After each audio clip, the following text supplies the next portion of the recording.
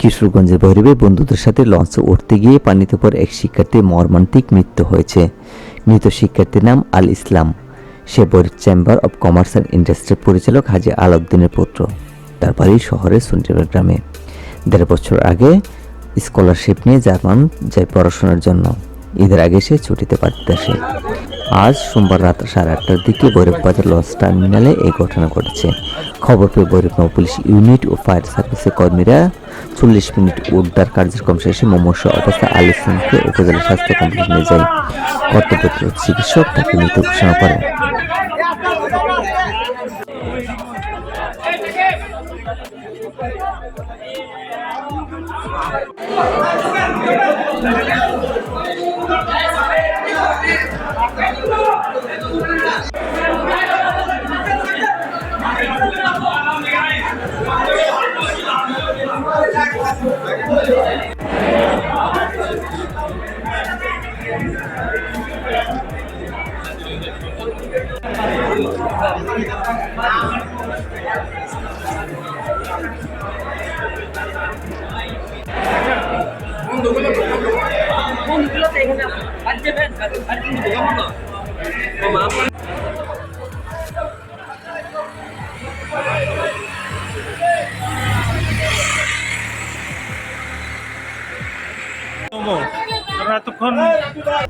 স্বজনরা জানান, আল ইসলাম ১.৫ বছর আগে স্কলারশিপ নিয়ে জার্মানি যায় পড়াশোনা করতে।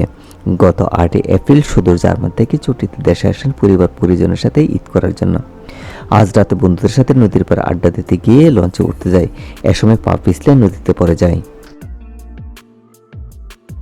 হেলাগড় কর্মী আল ইসলামের মর্মান্তিক মৃত্যুর খবরে তার পরিবার, স্বজন, বন্ধু-বান্ধব সহ এলাকার শোকের ছায়া নেমে আসে। ভৈরব নৌ পুলিশ ইউনিটের উপপরিদর্শক রফিকুল ইসলাম জানান, রাত 8:40 খবর পেয়ে ঘটনাস্থলে গিয়ে স্থানীয় ডুবুরি দলের মাধ্যমে উদ্ধার অভিযানে ৪০ মিনিট পর ওই যুবককে উদ্ধার করে পরে হাসপাতালে নিয়ে আসলে ডাক্তার মৃত ঘোষণা করেন। MR Rubel, NBC news today. গত রাত্রে 8:50 সময় সরকারি মোবাইল ফোনে ফোন দিয়ে যে ভৈরব লঞ্চ ঘাটে কয়েকজন ছেলে লঞ্চে উঠতে এসেছিল, তার মধ্যে একটা ছেলে পা পিছলে নদীতে পড়ে গেছে। আমি তো এই সংবাদের ভিত্তিতে তাৎক্ষণিক আমার অফিসার বিশিষ্টকে জানাই, তারপরে ঊর্ধ্বতন অফিসারকে অবগত করি তাৎক্ষণিক আমার মোবাইল পাঠিয়ে সময় আমি ঘটনাস্থলে আসি। স্থানীয় একজন যুবতী দিয়া তাৎক্ষণিক চেষ্টা করার কিছুক্ষণ পরে আমরা ওই ছেলেটাকে উদ্ধার করতে পারি। উদ্ধার করে আমরা সন্দীপের হাসপাতালে নিয়ে আসার পরে আধা ঘন্টা পরে ডাক্তার চিকিৎসা শেষে তাকে মৃত ঘোষণা করি।